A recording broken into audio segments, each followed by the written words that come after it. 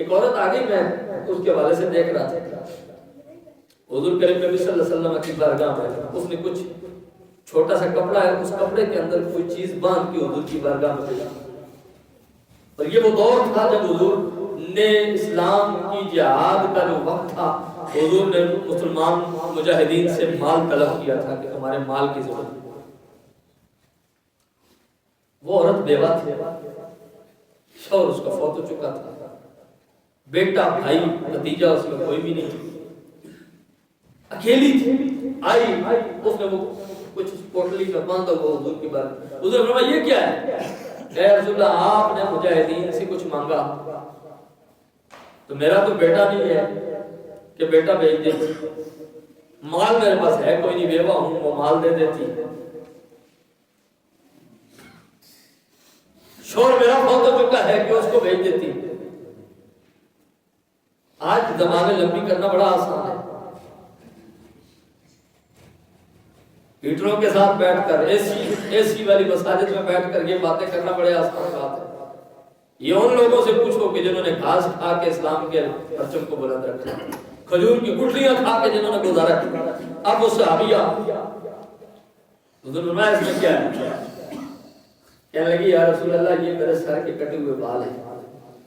حضور فرمایا میں ان کا کیا کروں؟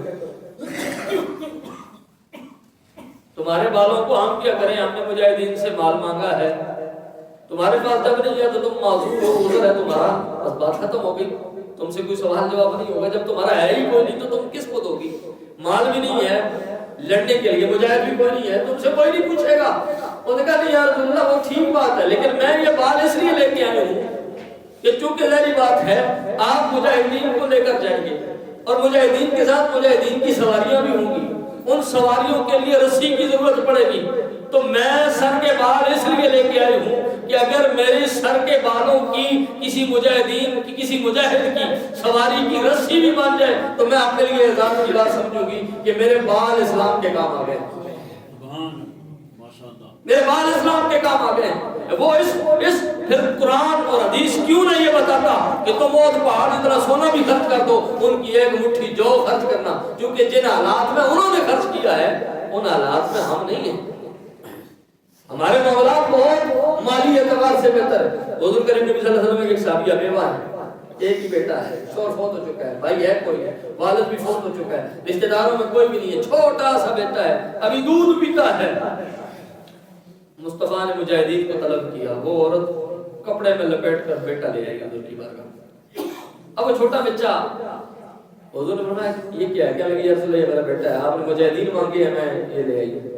حضور نے فرمایا اس کا تو یہ تو جنگ ہی نہیں کر سکتا، اس پر تو جنگ کرنا لازم ہی نہیں ہے اور تمہارا کوئی رشتہ دار ہے بھی نہیں، تو تمہیں معافی ہے، تم جاؤ واپس چلے جاؤ. اس نے کہا یا رسول اللہ آپ کی بھی ٹھیک کہتے ہیں لیکن میں جس ارادے سے لے کے آئی ہوں وہ ارادہ کچھ اور ہے.